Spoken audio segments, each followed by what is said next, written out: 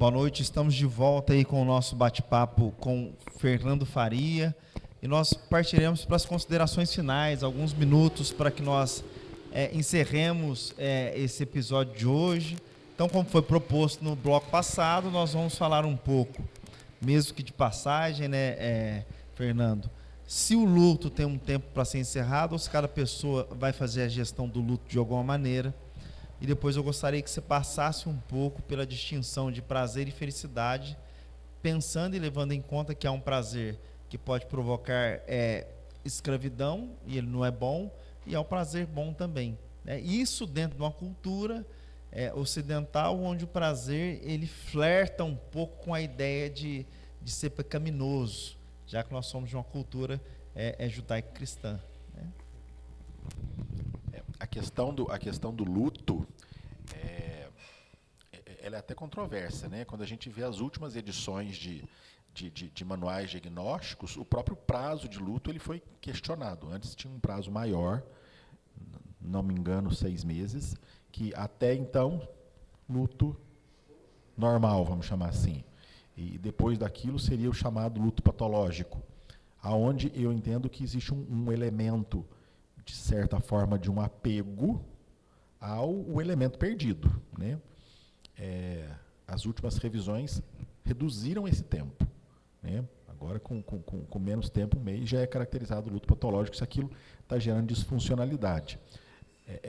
Para mim, o ponto mais claro que a gente vê nessa condição é o elemento disfuncional. Então, assim, não está errado sentir a perda. A gente já falou, não está errado sentir a tristeza. Mas quando essa experiência começa a afetar o funcionamento vital, ou seja, o meu estudar, o meu papel na família, outras coisas nesse sentido, e começa a, abre aspas, roubar a minha vida, a gente entende que é disfuncional. E se é disfuncional, merece intervenção. Se a intervenção vai ser uma medicação que a gente passa, ou passar por um psicólogo, ou algum outro processo terapêutico, ou discutir com o sacerdote. Nós não vamos entrar nesse mérito, mas significa que ele extrapolou, ele passou da medida. Agora, quantos dias? O que é para cada um? Quanto que é o tempo de cada um? Eu acho que isso não tem uma regra, porque vai depender muito da experiência daquele e do que aquele perdeu. Então, eu acho que a gente não consegue quantificar. Existe uma colocação em termos de tempo disso, mas isso sempre vai acontecer, é uma coisa que eu discuto muito em sala de aula, que os manuais eles existem principalmente, tanto é que a gente vê que alguns critérios mudam, né? Tem alguns transtornos, aqui era isso, agora não é tanto tempo, precisa de X critérios, agora precisa de Y. Porque quando a gente vai falar em medicina, e hoje em dia fala-se muito em prática baseadas em evidências, as evidências elas precisam de números, elas precisam de concretudes. Então, os critérios eles vão delimitar. Ganha, por um lado, porque a gente acaba tendo um norte mais rígido, eu consigo me apontar, diferenciar, determinar, perde um pouco na rigidez, porque eu fico preso naquilo, se não é aquilo, então não é. E a gente está falando, quando a gente vai falar de saúde mental, a gente está falando principalmente do subjetivo do sujeito, uma experiência que eu tenho. A minha dor é maior que a sua dor é maior que a minha. Como é que a gente quantifica isso? Como é que a gente qualifica isso?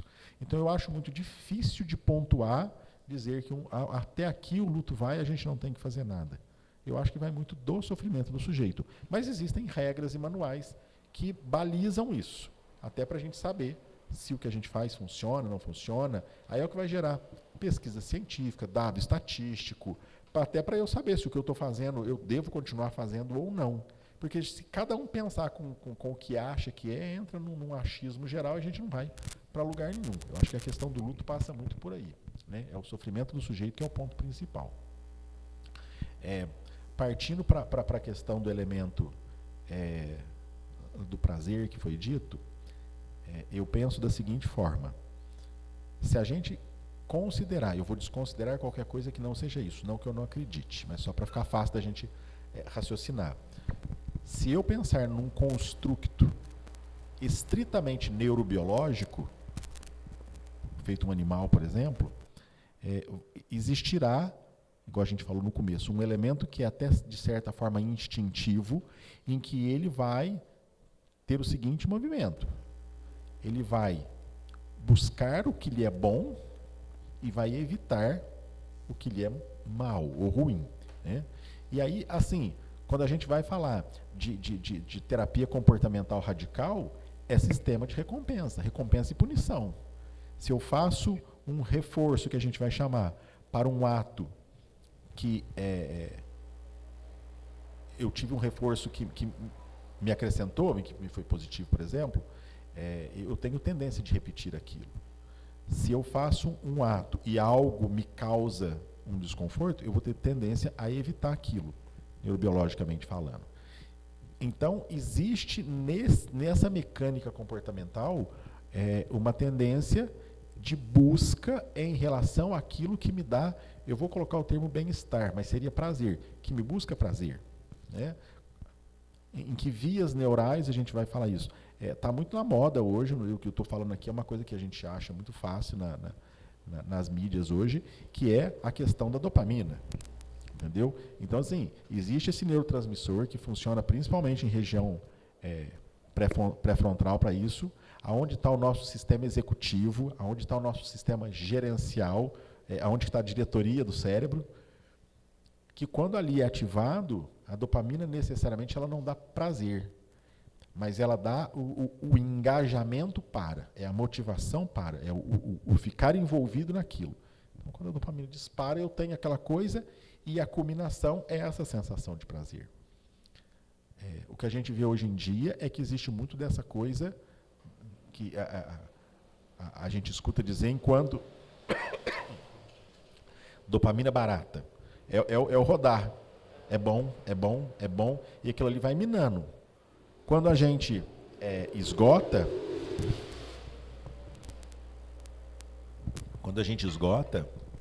ele vai aparecer ali um down depois, que não é diferente dos mecanismos, por exemplo, das substâncias aditivas. A pessoa, por exemplo, que usa cocaína, ele vai ativar, porque ele dá essa disposição e dá essa sensação de prazer. As substâncias que causam adição, elas têm um elemento de prazer nessa história, e a gente sabe que quando aquilo ali passa, ou seja, essa ligada, ele dá uma baixa, um não querer, um não se dispor. A motivação, ela dá uma desaparecida, é como se ela desse uma descansada ali. E aí, hoje em dia, o que a gente observa é que há uma tendência em buscar somente essa parte, né? E a parte que não é prazerosa, a parte que tem a ver com as dificuldades, os sofrimentos, a gente vai evitar a todo custo. E quando eu busco esse elemento prazeroso, eu estou, de certa forma, fugindo desse sofrimento. Então, o sistema neurobiológico ele vai ser isso mesmo. 2 cachorros. Um dele eu dou ração e o outro cachorro dá-lhe chinelada. O que está ração vai vir atrás de mim, o outro não vai, passou perto, ele vai correr. A tendência é essa aí. Só que aquilo que a gente falou, um elemento que bagunça um pouco, por exemplo, que a gente estava discutindo agora há pouco aqui, por exemplo, que eventualmente pode acontecer numa vivência de estresse pós-traumático. O que acontece é que esse elemento todo ele pode ficar mesclado com outras memórias e outras condições. E aí, na hora que você puxa uma coisa, ela vem de arrasto. Então, é quando, por exemplo, nós vamos ter distorções de algumas percepções, em que existe ali um prazer distorcido, existe uma mescla do sofrimento causando um prazer, que é uma coisa estranha de ficar, porque o acoplamento dessas condições, memória, sensação, cognição, ele ficou mal organizado e nem sempre ele vai ficar explícito. Então, são esses elementos mais inconscientes que podem estar influenciando algumas decisões. Eu não gosto de passar em tal lugar porque isso me gera um asco. Mas, às vezes, é porque esse asco está relacionado com outros elementos. E aí fica essa constante busca de só querer o prazer, e aí a gente se perde quando isso não é permitido. Que vai gerar um contraponto, apesar da palavra às vezes parecer como próximo, eu só vou ser feliz quando. E aí a felicidade ela parece muito mais como um estado de equilíbrio e aceitação e percepção do que há, independente do estar sentindo um prazer ou do estar tendo sofrimento. A gente pode extrapolar, é quando eu consigo, através do meu funcionamento psíquico, confrontar esse elemento. E aí, assim, eu me permito, eu dou conta, eu adquiro consciência de não querer o que me dá prazer e aceitar o que eventualmente me faz sofrer. Que parece um contrassenso, mas que me parece uma função que difere do elemento animal puro ali, né? E isso denota uma superioridade cognitiva, no meu entendimento, nesse elemento, e que vai me proporcionar uma busca para esse elemento do estar feliz, que é estar satisfeito com o que eu tenho, independente do que eu tenho, né? Então eu fico, e aí vai me lembrar muito a própria, sumiu o nome aqui, de Santo Inácio de Loyola, princípio e fundamento de Santo Inácio de Loyola, que é eu não buscar mais a saúde do que a doença, a riqueza do que a pobreza, no sentido de que eu me contento com o que eu tenho. Eu até quero mais, mas não é esse querer mais que será o objetivo final. Ele é um processo em que qualquer uma das possibilidades tem que ser suficiente para o meu estar bem do jeito que está.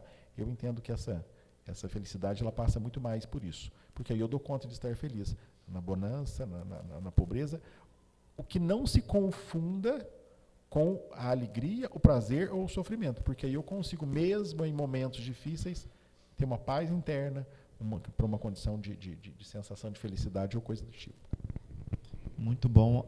Para a gente encerrar, se tiver mais alguma ou duas perguntas, na Capela Sistina, há quem diga que aquele afresco que tem, aquela pintura que tem da Escola de Atenas, onde Platão aponta para cima e Aristóteles aponta para baixo, que é a distinção dessas filosofias, né? Que a filosofia de Platão é a filosofia do amor pelo desejo, o amor pela falta, né? O amor platônico, em resumo, seria isso. Eu amo o que eu não tenho, a partir do momento que eu tenho, eu já não amo mais. É resumido numa frase bem moderna, que é a ânsia de ter e o tédio de possuir, né? Então, eu amo o que eu não tenho, tendo já não amo mais. Eu quero a bolsa da Gucci. Quando eu tenho aquela bolsa, já não é interessante para mim mais, porque eu quero a próxima. É o iPhone que eu não tenho ainda. Então, o que a gente estava falando com a Fabiana ali agora há pouco, é uma eterna incompletude. Isso. Não tem o que completa. Entendeu? Seja um elemento cognitivo, é um desejo do saber, seja um elemento afetivo, é um desejo do valer, seja um elemento ativo, é o desejo do poder. Então, assim, eu posso, eu valho, eu sei. E isso no meu entendimento, é o que é a motriz dessa sensação de necessidade. A ruptura, que algumas linhas vão falar assim, a criança ferida, a falha essencial, o pecado original, se a gente for levar. Existe ali uma falha que não tem o que se faça, ele não vai ser preenchido. Enquanto eu ainda estiver nesse desejo de chegar no final do arco-íris para achar o pote de ouro, eu estou ali buscando, e eternamente infeliz. Agora, quando eu compreendo que essa falha existe e que é imperfeito, e há, de novo a gente volta nessa palavrinha, uma aceitação desse elemento,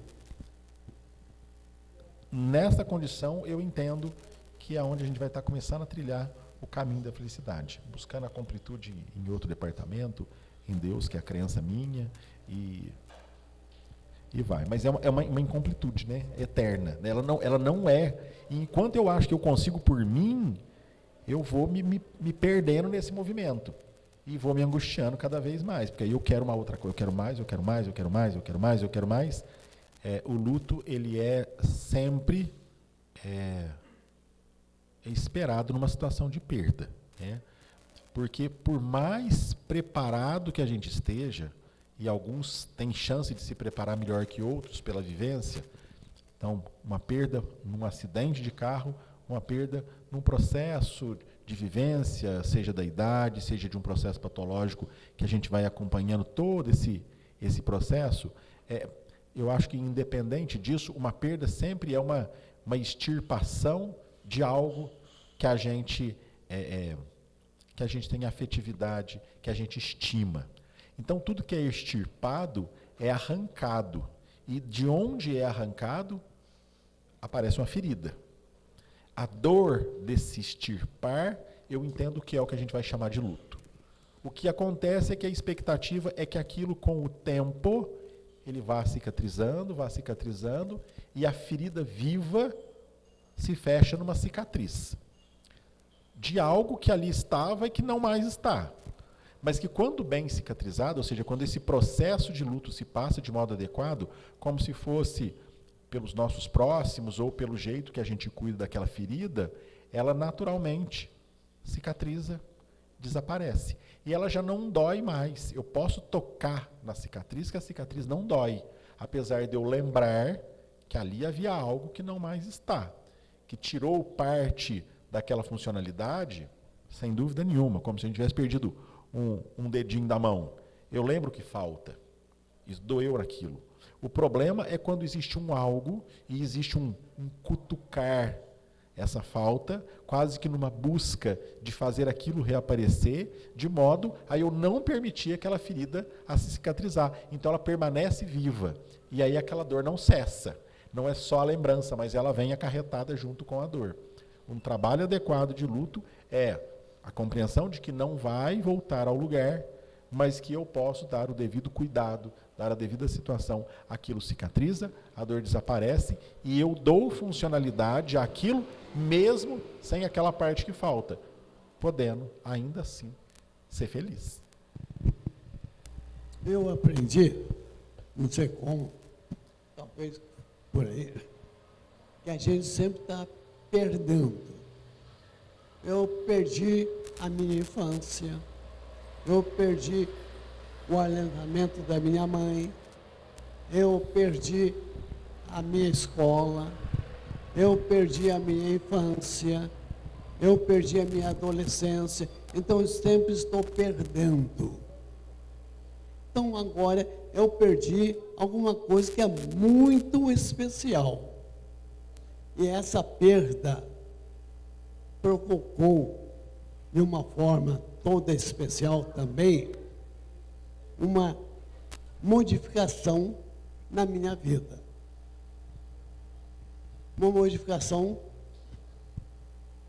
mais social do que espiritual. Porque eu continuo no mesmo Deus, na mesma compreensão, na mesma divinização. Alguém me disse alguma vez que nós devemos nos divinizar, porque nós somos humanizados demais. Nós temos que nos divinizar, porque nós somos filhos de Deus. E ao ser filhos de Deus, nós temos que nos divinizar, porque nós somos filhos de Deus. E é nessa compreensão que eu tenho que levar a minha vida. Mesmo assim, com toda essa compreensão, há uma revertéria lá no passado de lembrar, e com saudade, e com desejos de uma vida que ficou para trás. Não sei como consolidar isso aí entre o passado, o presente e o futuro. O futuro eu não conheço, não sei como que vai ser. Então eu tenho que viver o presente agora. Como que eu faço? Ele está me apertando, não tá? Eu estou percebendo isso. O professor volta perguntando como se fosse assim, ó, coloca milho, óleo e sal na panela, vai dar pipoca? Pois é. Mais ou menos isso. Voltando... Voltar nessa complexidade, eu acho que a gente não precisa, mas a gente está falando de medicina baseada em evidências, cada vez mais a gente tem visto as pesquisas apontando em direção ao quanto a espiritualidade tem peso de fato nos processos médicos, essa coisa toda. Então, para a gente colocar mais esse elemento na equação, eu acho que assim, a expectativa futura do que há, e aí considerando o elemento de espiritualidade também, ele vai dar um aumento para essa questão que a gente tinha falado do ressignificar. Nós já falamos do ressignificar, do remodelar, do buscar os elementos felizes e trazer para agora. Eu tenho uma outra forma de lidar com essa situação, que é a forma como eu acredito. E ele passa por 2 elementos. Se a gente está falando de espiritualidade, e aí tem um elemento aqui que é pessoal, meu também, ele está para além da parte técnica, que se existe um elemento de espiritualidade que pesa, e inclusive a ciência mede na nossa experiência, eu considero 2 coisas. É considerar a confiança na providência. Então, assim, há algo superior que está tomando conta e querendo somente o bem. Eu confio e entendo que a perda pode ter sido dolorida para mim, mas é uma coisa que eu sei que tem alguém. Tanto quanto, quando meu pai me levava para tomar benzetacil no hospital, era ele que levava. Mentira, ele fazia em casa, era ele que dava injeção em mim, na época podia. Doía e era ele que estava me infligindo aquela dor. Talvez na época eu não soubesse, mas hoje eu sei que era para o meu bem. Era um amor sofrido. Qualquer paralelo com qualquer outra vivência divinizada não é coincidência, igual a gente estava falando com o Robson. Então esse é um primeiro elemento. E tem uma segunda vertente. Uma vez que eu entrego, eu também tenho uma outra vertente. Se tudo termina, eu também posso olhar que para cada parte à frente da minha vida é uma proximidade a mais do destino que eu acredito, que eu vou encontrar com quem eu quero encontrar. Então é uma outra forma que eu também posso enxergar, aí já não psicologizada, quando eu digo psicologizada, pensando nos processos psicológicos, mas mais espiritualizada, em que para cada dia que eu passo e eu perco um dia de trás, é um dia a menos para eu encontrar com quem eu perdi. Eu tenho essa experiência, você falou no começo, eu tenho o Lucas, que é o número 1 meu, que a gente perdeu um pouquinho antes dele nascer, e para mim é muito claro, cada dia da minha vida que passa é um dia mais próximo que eu estou de encontrar com ele, porque eu tenho certeza absoluta que na providência, o sofrimento que ele não teve foi um colo que ele recebeu, aonde eu acredito que ele está agora. Então, para cada dia meu perdido, é um dia mais próximo que eu estou de encontrar. E eu deduzo que os meus filhos, minha esposa, meus pais, meus avós, e por aí vai, seguem nesse processo. E aí é mais um elemento para colocar nessa equação. Mais do que isso, é a sua jornada.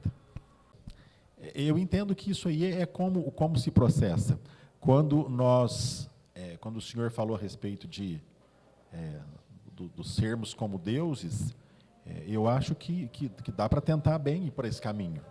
Principalmente quando a gente pega o reflexo da figura humana, que, minha crença pessoal, eu acredito que é Deus. E eu me porto como Ele, se entregando, se dispondo, aceitando e buscando esse encontro lá na frente. Então, o ser divinizado é, às vezes, como a gente falou agora há pouco, é o ser humilde, é o se dispor, é o aceitar, é o elaborar e é o acatar aquilo que, eventualmente, a coisa se processa. É um aceitar, às vezes, a situação que a gente tem, porque é o que a gente tem, na confiança de que há um processo de melhora a ser encontrado. Isso aí eu acho que auxilia na passagem de processo de luto, isso auxilia na ressignificação dos processos que a gente falou, e a gente vê que as pessoas que têm esse apego espiritual, cientificamente falando, têm uma série de fatores de proteção em relação a uma infinidade de coisas, ansiedade, depressão, suicídio, amparo. Então, eu acho que é uma equação bem ampla e complexa que pode ser considerada para atravessar esse deserto de dificuldade. Outro elemento que tem que ser pensado é que a experiência de perda e de dor, ela é altamente individualizada. Eu acho que não dá para ser feito a comparação. Eu não conseguiria colocar a mulher sente que perde mais ou o homem sente que perde mais. Nem na viuvez natural, nem em qualquer condição de separação, que foi o marido que sentiu mais, foi a esposa que sentiu mais, como se a esposa faleceu e ficou o viúvo, ou o esposo faleceu e ficou a viúva. Eu acho que a experiência ela é altamente particular, não só naquilo que se externaliza, quanto naquilo que é interno. Não é aquele que queixa mais que necessariamente está sentindo mais dor. Tá? Eu acho que isso não dá para comparar, é extremamente subjetivo. Eu vou extrapolar um raciocínio aqui, que é o seguinte, tem uma certa diferença que eu acho que é isso que você colocou. Quando a gente casa e partindo do princípio que vai ficar até que a morte o separe, já está lá avisado no dia do casamento, até que a morte o separe. Então, é uma coisa que é esperada. Eu não digo desejada, apesar de sabida, mas é esperada. Já a separação, o contrário. Via de regra, eu vou acreditar que ninguém casa para separar. Mas, eventualmente, acontece. E, se eventualmente acontece, eu acho que cai naquele raciocínio. A história que a gente contou aí do acidente. Eu não queria que tivesse acontecido. Mas, independente do motivo, aconteceu. Uma vez que aconteceu, dentro do que eu tenho, do que eu processo, do que eu significo, como eu ainda consigo ser feliz desse jeito? Numa felicidade que seja plena naquilo que me é proposto, naquilo que me é vivido. A gente caiu no mesmo lugar, entendeu? A gente caiu no mesmo lugar, entendeu? Se a gente leva em conta a espiritualidade, quem perdeu por uma viuvez natural vai partir do princípio que o seu cônjuge está num outro plano, num outro lugar. Mas, assim, se a gente fosse fazer uma extrapolação radical, é como se também tivesse um divórcio e o cônjuge mudasse para o Japão e eu nunca mais fosse para lá. Ele está nesse mundo aqui fisicamente, mas não está aqui. O que eu acho que pesa no elemento é a questão do conflito que gera o processo. É o conflito que gera o processo. Mas se a gente for jogar farofa no ventilador, mas qual seria a diferença, por exemplo, quando ocorre, então, uma separação muito bem conversada, muito consensual, e todos os dois entendem a redução do sofrimento pela separação, em detrimento de um outro casal, em que um dos dois venha a falecer, e nesse falecimento houve a separação, mas com eles brigado, por exemplo. Situações que a gente ouve falar, por exemplo, de alguém que briga, fala uma coisa para o outro, sai para viajar e não voltou. Foi um falecimento com uma questão mal resolvida. E que não dá tempo de eu nem voltar para falar assim, você não queria ter falado, eu falei da boca para fora. Ele falou, está falado. E, às vezes, um divórcio em que houve um consenso, todo mundo compreendeu. Então, eu acho assim, não dá para fazer inter-relação. São perdas altamente individualizadas e que precisam ser ressignificados dentro das mais diversas possibilidades para que seja permitido a felicidade de novo. Que eu acho que considerando a espiritualidade o que Deus quer, ou se a gente desconsiderar a espiritualidade, não é o caso que eu desconsidero, mas que eventualmente se considere a felicidade que cada um merece. Bom, nós vamos precisar encerrar. Nós poderíamos explorar o Fernando aqui muito e muito, porque tem coisas para conversar, né? Mas, doutor Fernando, muito obrigado pela presença. Eu que agradeço. Pela partilha do conhecimento e pelas análises técnicas. O senhor vai voltar outra hora, certamente nós vamos alcançar um público ainda maior, que é um tema que está aí em pauta, a saúde mental, todos esses meandros de bem-estar, prazer, felicidade, emoções, são assuntos que nós ainda temos muito a explorar. Nem entramos ainda naquilo que eu sei que também é especialidade do senhor, que é a parte do Enneagrama, que poderia caber aqui uma breve explicação, mas nós não temos tempo, né? Nos ajudaria muito como ferramenta de autoconhecimento. Quem sabe uma próxima a gente tratar. Personalidade como um todo, né? Personalidade como um todo, né? Ok? Muito obrigado pela presença de vocês, muito obrigado à Casa do Pi, muito obrigado também à companhia de quem esteve aí do outro lado da tela. Certo? Boa noite a todos.